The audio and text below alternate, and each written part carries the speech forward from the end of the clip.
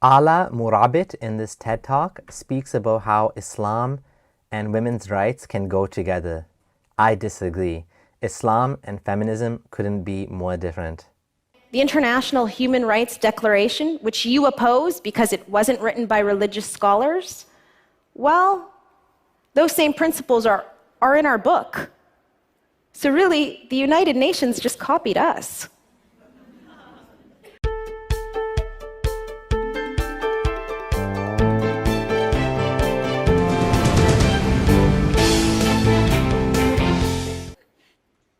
When I was 15 in 2005, I completed high school and I moved from Canada, Saskatoon, to Zawiya, my parents' hometown in Libya, a very traditional city. Mind you, I had only ever been to Libya before on vacation. And as a 7-year-old girl, it was magic. It was ice cream and trips to the beach and really excited relatives. Turns out it's not the same as a 15-year-old young lady. I very quickly became introduced to the cultural aspect of religion. The words haram, meaning religiously prohibited, and aib, meaning culturally inappropriate, were exchanged carelessly, as if they meant the same thing and had the same consequences. And I found myself in conversation after conversation with classmates and colleagues, professors, friends, even relatives, beginning to question my own role and my own aspirations. And even with the foundation my parents had provided for me, I found myself questioning the role of women in my faith. So Canada is a nicer place for young women and even older women to live in? I agree. Canada in the West tends to be far better than most Muslim countries when it comes to women's rights. I wonder why.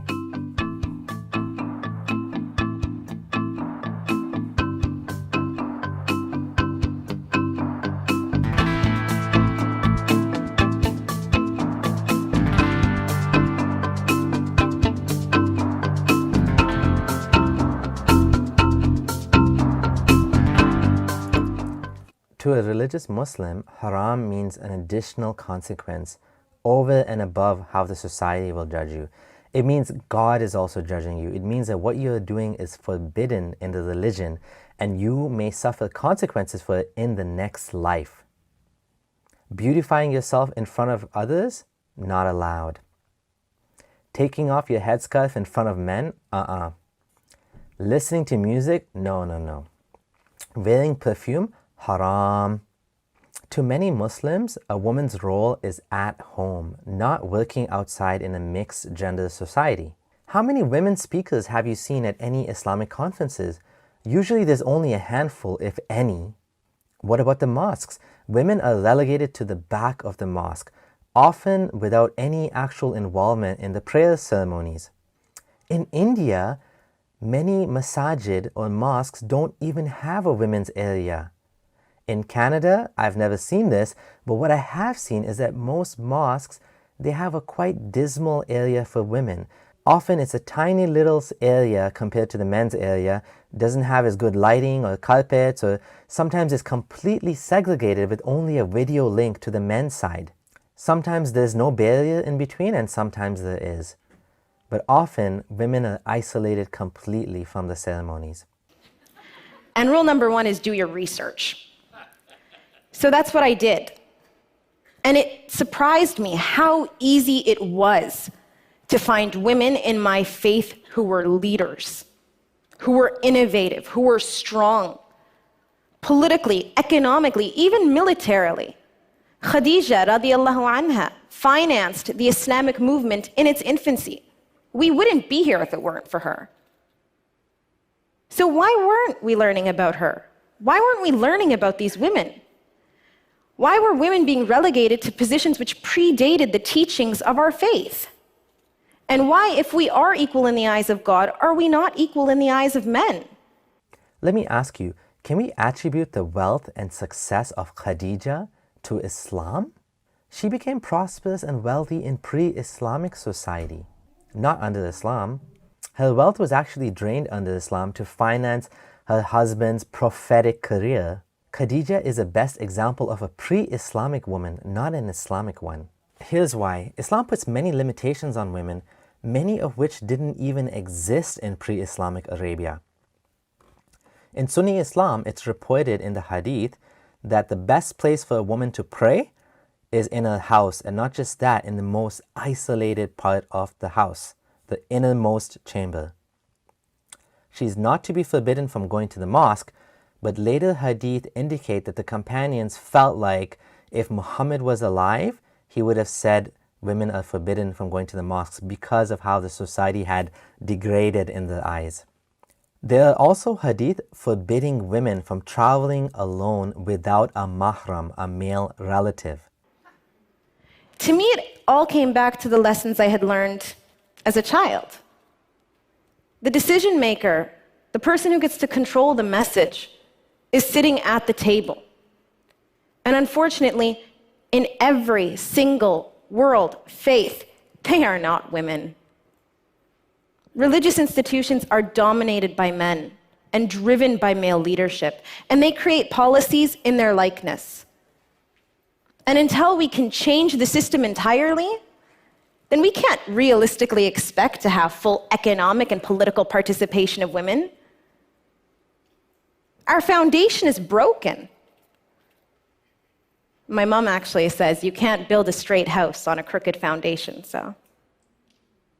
The Islamic foundation is broken. It gives women half of the inheritance that a brother will receive. It doesn't allow women to divorce their husbands. They have to request their husband to let them go, or they have to give back their mahar, the bridal gift, or they have to go to the judge and ask for a khulla, an annulment of their marriage. A man can simply utter the word talaq and wait the waiting period, and the marriage would be over. The woman has no such right. I'm going to read a quote from you. In pre-Islamic Arabia, the women in the pre-Islamic time, or some of them, had the right to dismiss their husbands, and the form of dismissal was this. If they lived in a tent, they turned it around, so that if the door faced east, it now faced west.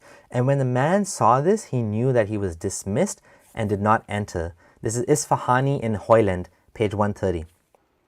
In 2012 and 2013, my organization led the single largest and most widespread campaign in Libya.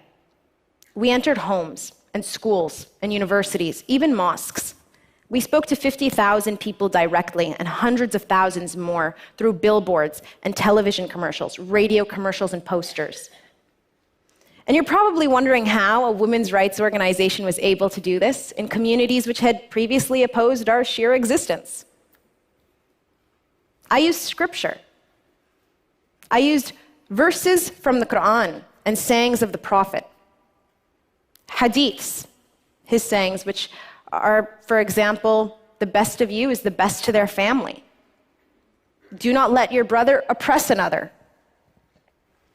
For the first time, Friday sermons, led by local community imams, promoted the rights of women. They discussed taboo issues like domestic violence. Policies were changed. Do you ever see mullahs going out and protesting that women need to have more rights, or that women need to have the ability to divorce, or that children should not be married? No, it's the exact opposite.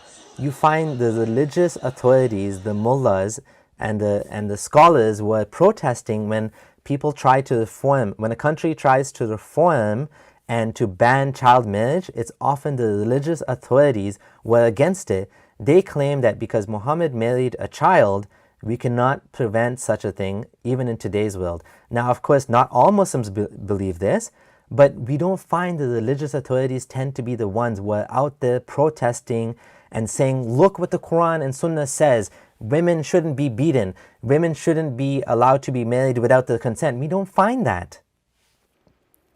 In certain communities, we actually had to go as far as saying, the International Human Rights Declaration, which you oppose because it wasn't written by religious scholars, well, those same principles are in our book. So really, the United Nations just copied us. It's actually an insult to say that the Universal Declaration of Human Rights, which reaffirmed faith in fundamental human rights and dignity and worth of the human person, and committed all member states to promote universal respect for and observance of human rights and fundamental freedoms for all, without distinction as to race, sex, language, or religion.